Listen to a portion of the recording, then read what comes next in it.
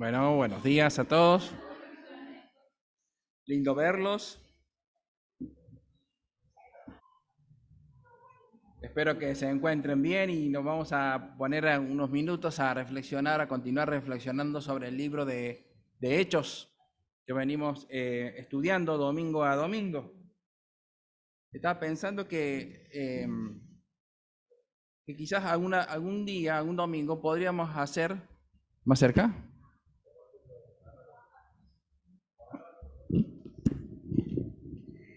¿Lo agarró? Estaba pensando que algún domingo podríamos cambiar el orden y tener la alabanza luego de la reflexión. Porque yo hoy, como viví la alabanza, luego de haber leído el texto de hoy, le di un significado especial. ¿Por qué? Porque no podía no hacer referencia al texto que ahora vamos a leer.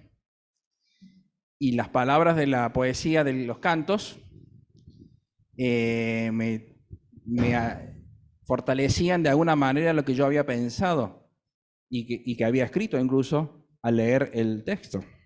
Así que, no sé, lo dejo como alguna idea, en alguna oportunidad podemos hacer algo así.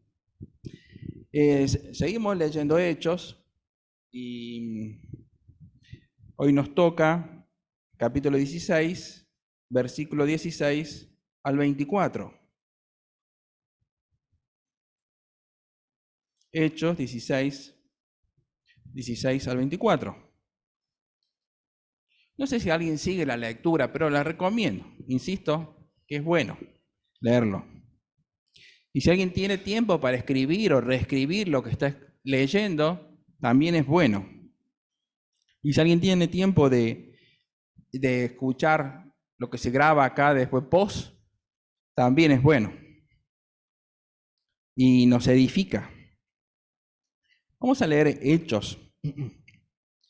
Estamos en el segundo viaje misionero de Pablo, ya nos explicaron quienes estuvieron antes de los domingos anteriores. Y dice así: un día íbamos con Pablo al lugar de la oración. Y en el camino nos encontramos con una esclava. Esta muchacha tenía un espíritu que le daba poder para anunciar lo que iba a suceder en el futuro.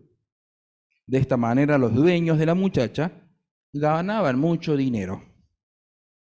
La muchacha los seguía y le gritaba a la gente: estos hombres trabajan para el Dios Altísimo y han venido a decirles que Dios puede salvarlos. La muchacha hizo eso durante varios días hasta que Pablo no aguantó más y, muy enojado, le dijo al espíritu: en el nombre de Jesucristo te ordeno que salgas de esta muchacha. Y al instante el espíritu salió de ella. Pero los dueños de la muchacha, al ver que se les había acabado la oportunidad de ganar más dinero, llevaron a Pablo y a Silas ante las autoridades en la plaza principal. Allí les dijeron a los jueces: estos judíos están causando problemas en nuestra ciudad. Enseñan costumbres que nosotros, los romanos, no podemos aceptar ni seguir. Y también la gente comenzó a atacar a Pablo y a Silas. Los jueces ordenaron que les quitaran la ropa y los golpearan en la espalda. Después de golpearlos bastante, los soldados lo metieron en la cárcel y le ordenaron al carcelero que los vigilara muy bien. El carcelero los puso en la parte más escondida de la prisión y les sujetó los pies con unas piezas de maderas grandes y pesadas que se llaman cepo, ¿verdad? Hasta aquí el párrafo que vamos a leer. Esto es un párrafo más corto que el párrafo que normalmente le asignan nuestras Biblias al relato. Entonces es parte de un relato más completo. Por eso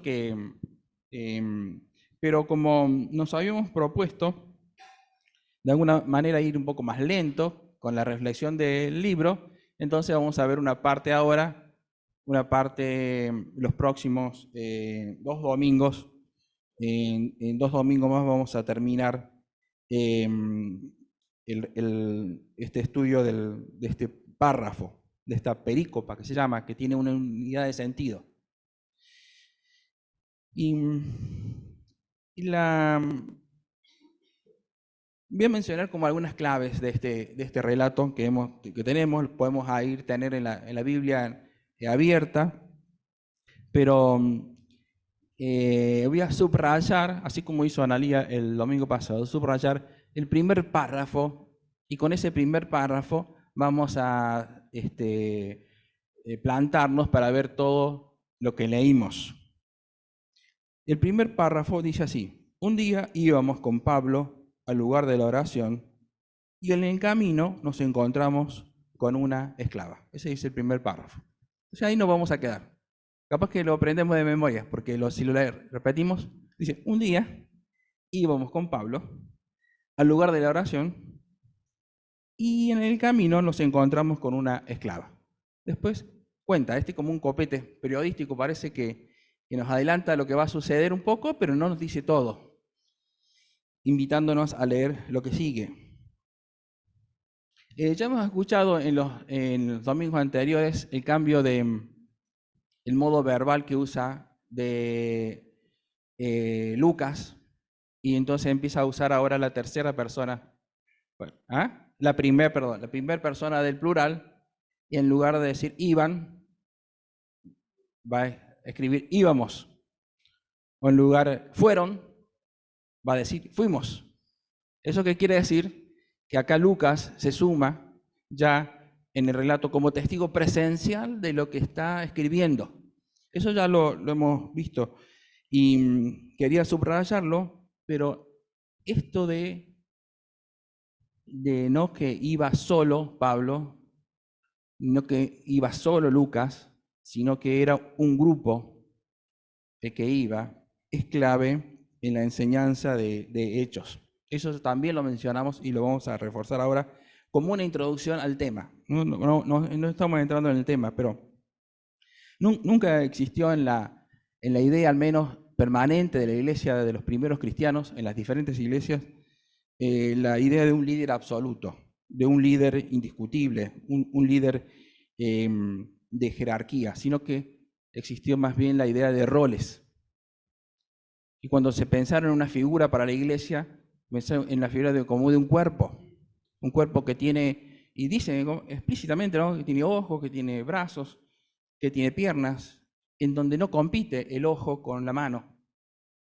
No compite, al contrario, necesariamente colabora, porque cada uno tiene su función y su tarea, desarrollo de sus dones, su don, que son dados por Dios mismo.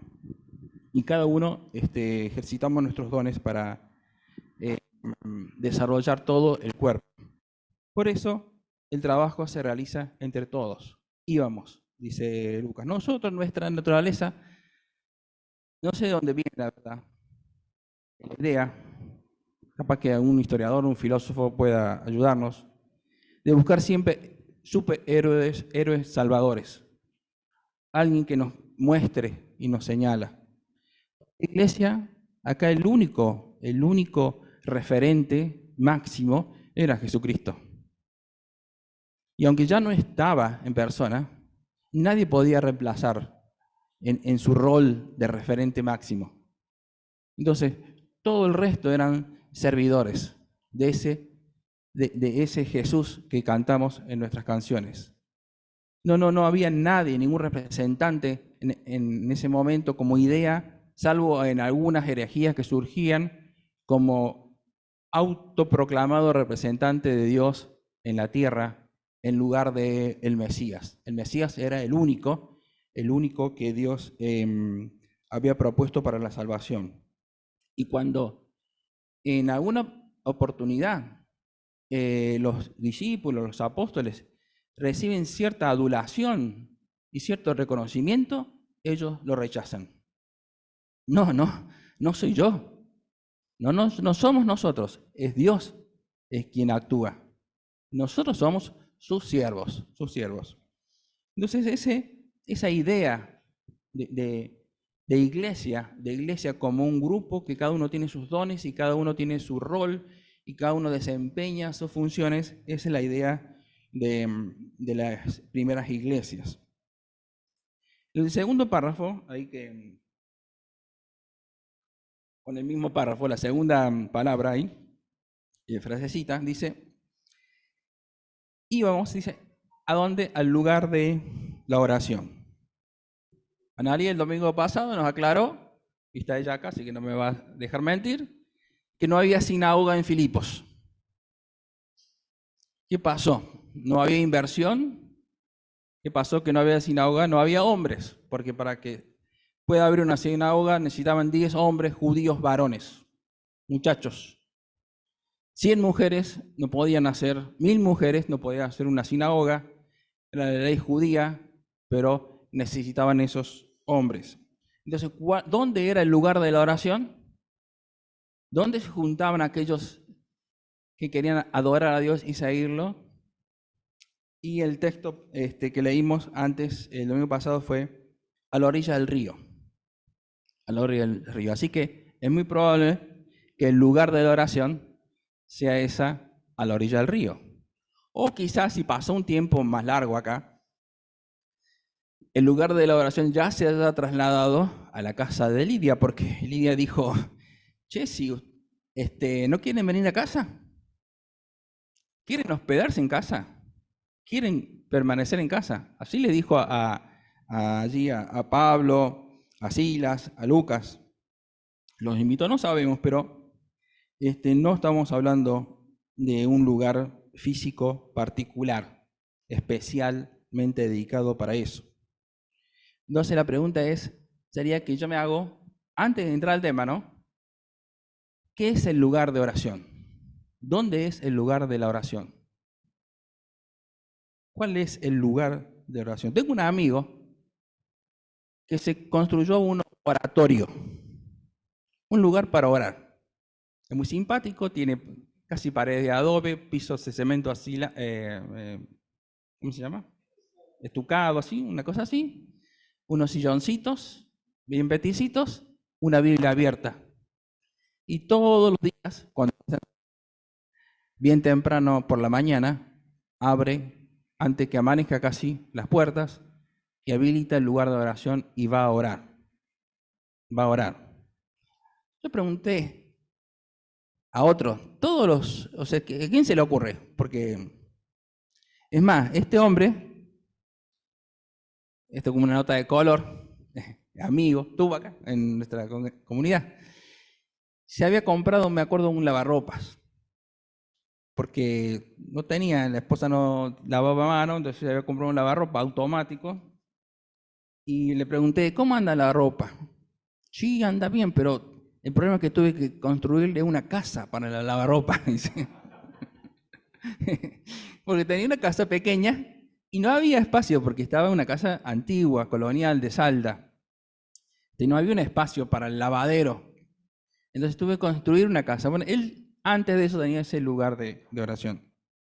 Ahora, él sabe, muy consciente, que ese lugar donde él se encuentra con Dios para orar, no es un lugar mágico y es un lugar donde Dios allí no vive. No vive ahí, porque Dios vive en la comunidad de los fieles. Él sabe. El lugar de la oración es cuando 2 o 3 se reúnen, cuando el grupo se reúne. Nosotros llamamos iglesia a este lugar, Iglesia Centenario. Estamos contentos de ser parte, somos familia, pero ¿saben cuándo Dios? Bueno, Dios es omnipresente, ¿no? Está en todos lados. Pero en realidad como iglesia, cuando se construye la iglesia, cuando entra el primer hermano con la llave y abre la puerta, allí se constituye iglesia. No antes, antes es un edificio. Es un edificio, es una construcción. La iglesia se constituye cuando 2 o 3 personas están allí. Hay una canción de Danilo Montero que nosotros cantamos acá. Dice, ven conmigo a la casa de Dios, celebraremos juntos su amor, haremos fiesta en honor de aquel que nos amó. Estando aquí en la casa de Dios, alegraremos su corazón, le brindaremos ofrendas de obediencia y amor en la casa de Dios. Y está bien porque es poesía y usa el recurso de la metáfora, pero cuando cantamos esa canción, esa canción, nuestra mente tiene que estar muy bien claro de que cuando decimos casa de Dios es porque están los hermanos aquí con nosotros. No es el lugar, no es el lugar, es porque están los hermanos juntos. La casa de Dios es la expresión celebraremos juntos su amor. Esa es la casa de Dios. Pero allí van al lugar de la oración, la intención era orar, no sé, alabar a Dios, reconocer su divinidad, algunos motivos personales, algunos miedos, algunos agradecimientos, no sé quién que habrán tenido acá Pablo con sus discípulos que intentan ir al lugar de la oración, pero en el camino todo cambió. Ellos iban a la reunión de oración y terminan, luego de un lío importante, presos en una cárcel y esposados de los pies, con unos cepos en los pies. La idea es ir a orar, termina preso. Se frustra la intención inicial, ¿verdad? Y terminan presos. Susana nos puede contar algo porque ha visto cómo eran las cárceles de algunos lugares. No es Bower, no son las cárceles de ahora, eran como unas cuevas, ¿verdad? Oscuras, sí, sí.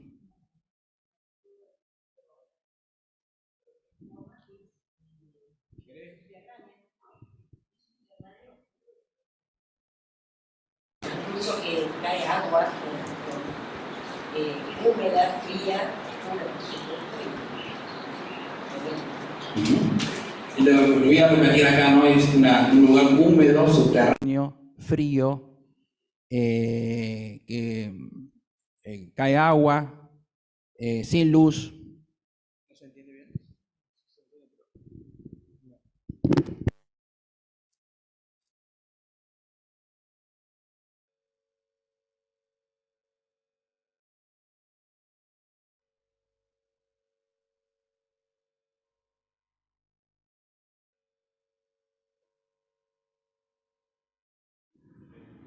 Hola, hola. Sí. Si no terminamos acá.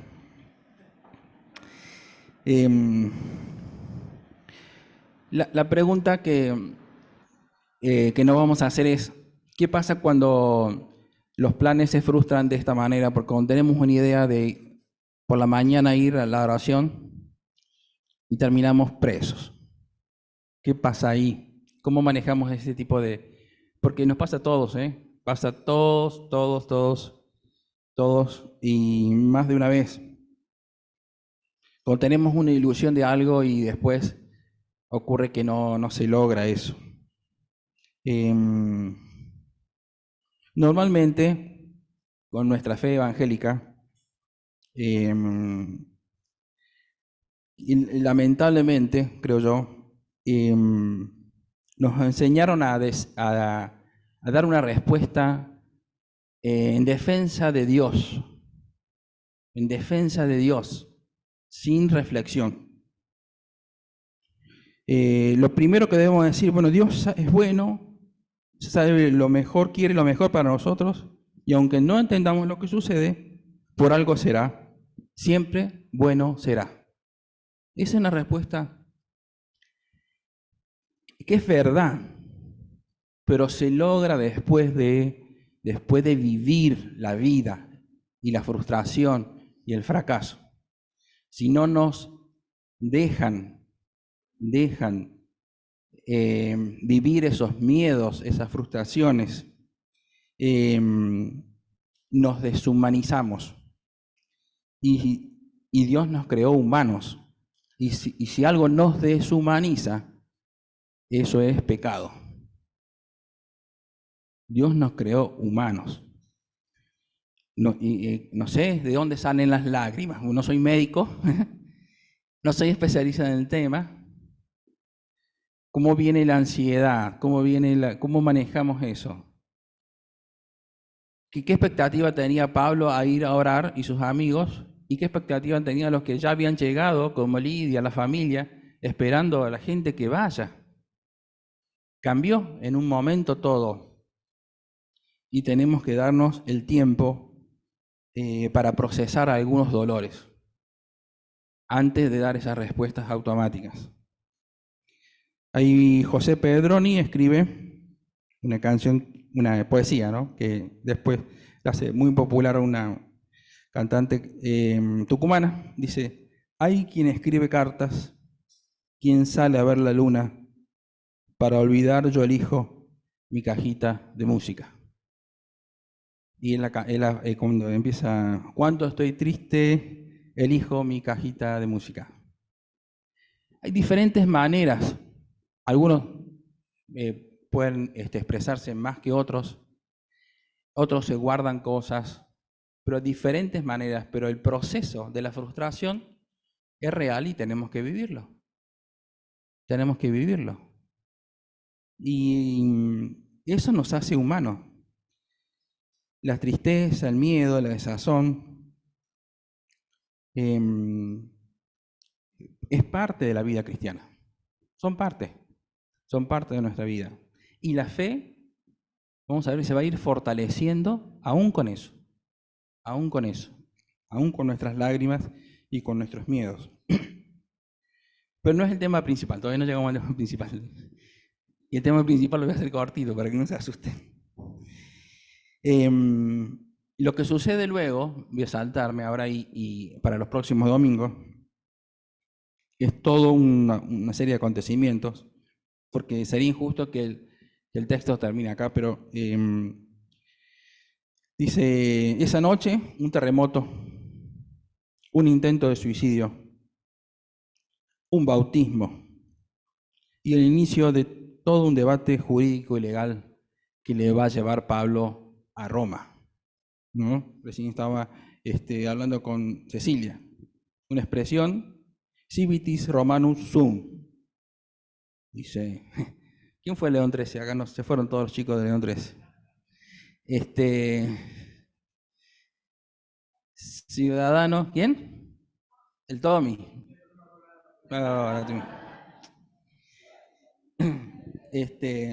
Ciudadano romano soy. Pero vamos al tema de que quiero que reflexionemos en esta mañana.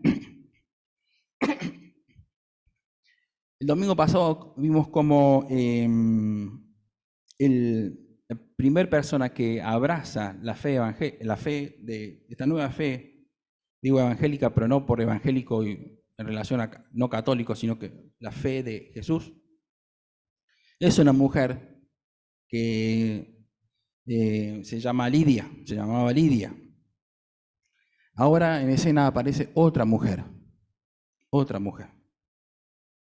llena de mujeres, aunque no la veamos el texto bíblico y el libro de los evangelios, el libro de Hechos, otra mujer. Pero esta mujer, a diferencia de la anterior, que se describió como una mujer empresaria, una mujer con capacidad de manejar, comercializaba telas, y había logrado manejar las tinturas más difíciles, que era el color púrpura, y con una capacidad de negociación, porque sus clientes de ese tipo de telas eran gente muy, muy importante, entre ellos estadistas,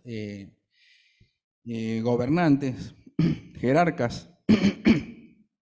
Esta mujer, la nueva mujer con que se encuentra ahora Pablo, es joven, no sabemos la edad de Lidia, pero es esclava. No tiene nombre, pero tiene un don que la hace especial. Ella se dedica a satisfacer las demandas de las personas particulares, especialmente de los hombres, sobre las incertidumbres que les presenta el futuro. El futuro presenta muchas dudas, consultas sobre amoríos, sobre inversiones, sobre política y hasta estrategias militares. sus oráculos atraen la atención de todos y es el centro, está acostumbrado a ser el centro de todas las miradas, porque tiene un espíritu de adivinación, dice el texto bíblico. Cuando uno lee en el griego en la expresión en griego nos lleva hacia el oráculo de Delfos, un espíritu de Pitón. La Pitón es esa serpiente de la mitología asociada a Apolos que se enfrenta, que no, yo no sé, no me voy a meter en el tema porque no sé del mundo griego, pero lo que digo es lo que investigué. Delfos era uno de los lugares sagrados más importantes en los relatos de la antigua Grecia y en un tiempo considerado como el centro religioso del mundo. Ella tiene el espíritu el espíritu de Delfos. Tiene ¿qué hacían estas mujeres? Estaban dedicadas a esta adivinación del futuro y eran consultadas por gente que venía de todo el mundo, La época de oro ya había pasado de esto, era unos 3 siglos antes, pero todavía arrastraba y va a seguir arrastrando 2 o 3 siglos más algunas prácticas que tenían que ver con la adivinación. El oráculo hace referencia a las respuestas que las sacerdotisas daban en nombre de los dioses e influían, por supuesto, con las decisiones de muchos mandatarios. Con esta mujer se encuentra Pablo y la chica va tras ellos y vociferaba, declaraba a los 4 vientos: estos son servidores del Dios Altísimo. Y ahí, como leímos entonces, Pablo se enoja, leímos nosotros acá en la traducción que yo leí, en lenguaje actual. Pablo no aguantó más y muy enojado reaccionó. Dice Pablo. Dios habla hoy, dice Pablo, ya molesto, reacciona. Reina Valera contemporánea dice, Pablo se molestó mucho. La 60 dice, desagradando a Pablo. NBI se molestó tanto. Y NTV se exasperó, por decirle buscar algunos que nos aclaren. Se enojó, o sea, estaba enojado, no le gustó. Está claro eso. Sí.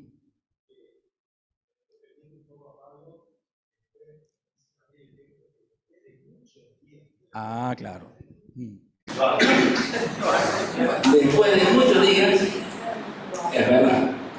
Ahora, ¿con quién se enoja Pablo? Es una pregunta, no es retórica, es para... ¿Con quién se enoja Pablo? Ah, qué inteligente que son. Notas que hemos prestado atención. Porque es muy común pensar que se enoja con la joven.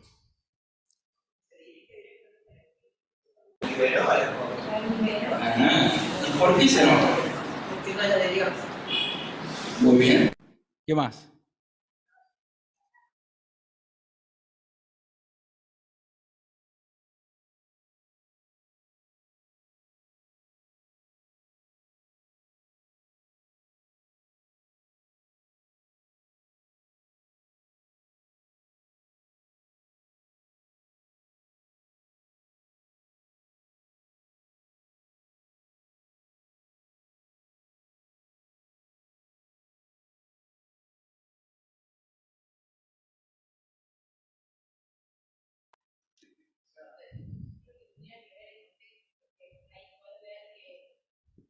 No quería empezar a decir cosas de Dios ahí, sino que, o sea, quería por ahí empezarles otra forma de Dios y como el Espíritu le decía, como que el contexto no daba para que la chica esté revelando eso, sino que por ahí Pablo quería entrar por otro lado, o quería revelar otra cosa de Dios y esta chica la hostigaba para que puedan hablar.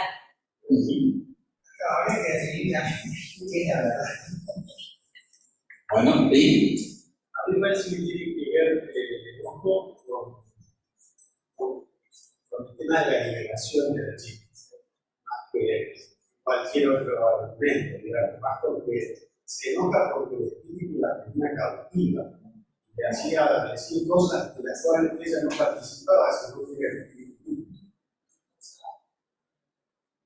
Qué bien. ¿Alguien más? Yo lo veo, no lo dice el texto, sino me hace pensar que como este espíritu era espíritu de, como decías vos, de oráculo y de dar, ¿qué es lo que busca el hombre? Busca una seguridad futura, saber que algo va a pasar o no, pero algo que no conoce, y como que podría ser de forma burlona, o sea, yo les digo lo que va a pasar, pero este muchacho le anuncia el camino de salvación. O sea, no dejaba de decir lo que era verdad, pero ponerlo medio en contraposición con su propia capacidad de adivinar el futuro.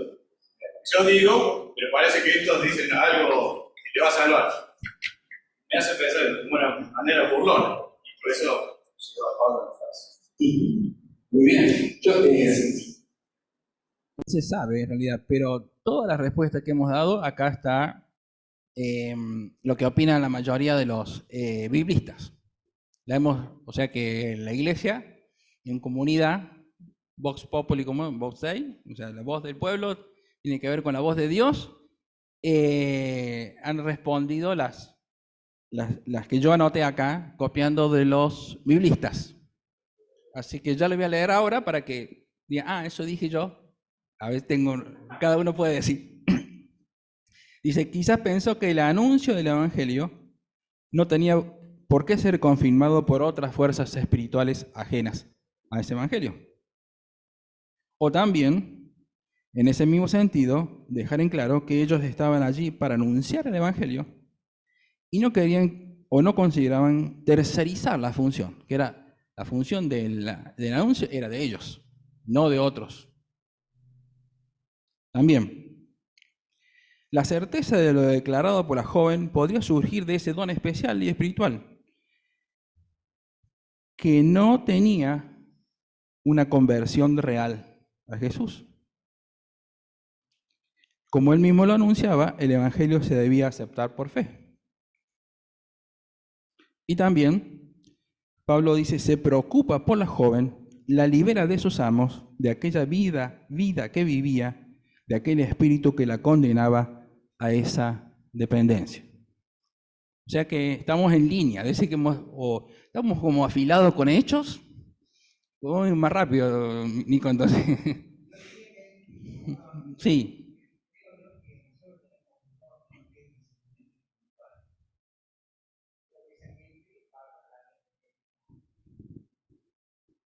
Exactamente. De todo lo que hemos dicho, porque todos lo sabemos, yo me gustaría subrayar algo que también se dijo acá en esta mañana. Porque está claro que es por fe, que la confirmación de nuestra fe es por fe. O sea, es una cosa rara, pero es así. Que el evangelio que anunciamos nos evangeliza a nosotros primero. Entonces, está claro, pero lo que voy a subrayar es que el anuncio puede demandar otros compromisos que van más allá del discurso. Y en este caso, el anuncio del evangelio se mete con el statu quo y con esa situación que la ciudad de Filipos lo tenía como clara o como acostumbrada, y aceptaba que esta chica sea esclava y manipulaba, y que estos grupos de empresarios o venidos empresarios manejaran la situación. Y a partir de allí, me atrevería a decir que ningún tipo de esclavitud puede estar alineada con el evangelio. Ningún tipo de esclavitud. Hoy hemos cantado sobre la libertad. Pero así todo, aquí estamos en nuestro mundo, aún sin comprender ese mensaje del Maestro. Muchas situaciones de esclavitud surgen de esta palabra vulnerabilidad. Cuando una persona o un grupo se encuentra condicionado para resistir, para recuperarse del impacto de una amenaza. Pensando en la historia del cristianismo nomás, discriminado por no ser judío, en un principio. Después, discriminado por serlo. Discriminado por ser cristiano y no católico. Discriminado por ser cristiano, pero no evangélico. La iglesia está 2000 años de historias. Discriminado por ser negro, por ser asiático, boliviano, por ser mujer, por ser niño, por pensar diferente, por vestirse diferente, por ser viejo. Tantas cosas. Entonces voy a hacer algunas preguntas retóricas. Pero si alguien quiere animarse a responder, porque veo que hay ganas de responder, lo puede hacer. ¿Qué situaciones nos esclavizan hoy? ¿Quiénes son los esclavos en nuestro mundo? ¿Quiénes son los nuevos amos? Eso también lo pueden estudiar el lunes. ¿Cuáles son los escenarios de vulnerabilidad que favorecerán la generación de los nuevos esclavos de mañana?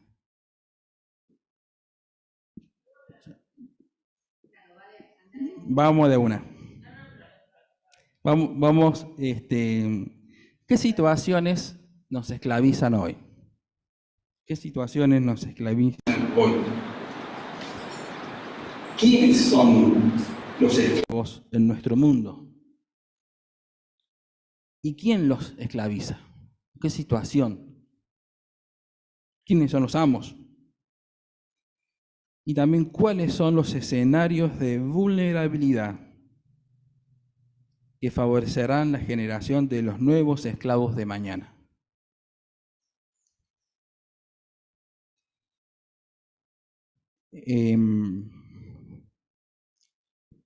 La dejo como pregunta retórica, entonces. Pero volvamos al texto que leímos. Yo me preguntaba, ¿cómo convivirán ahora esta iglesia en Filipos, esta empresaria, Lidia,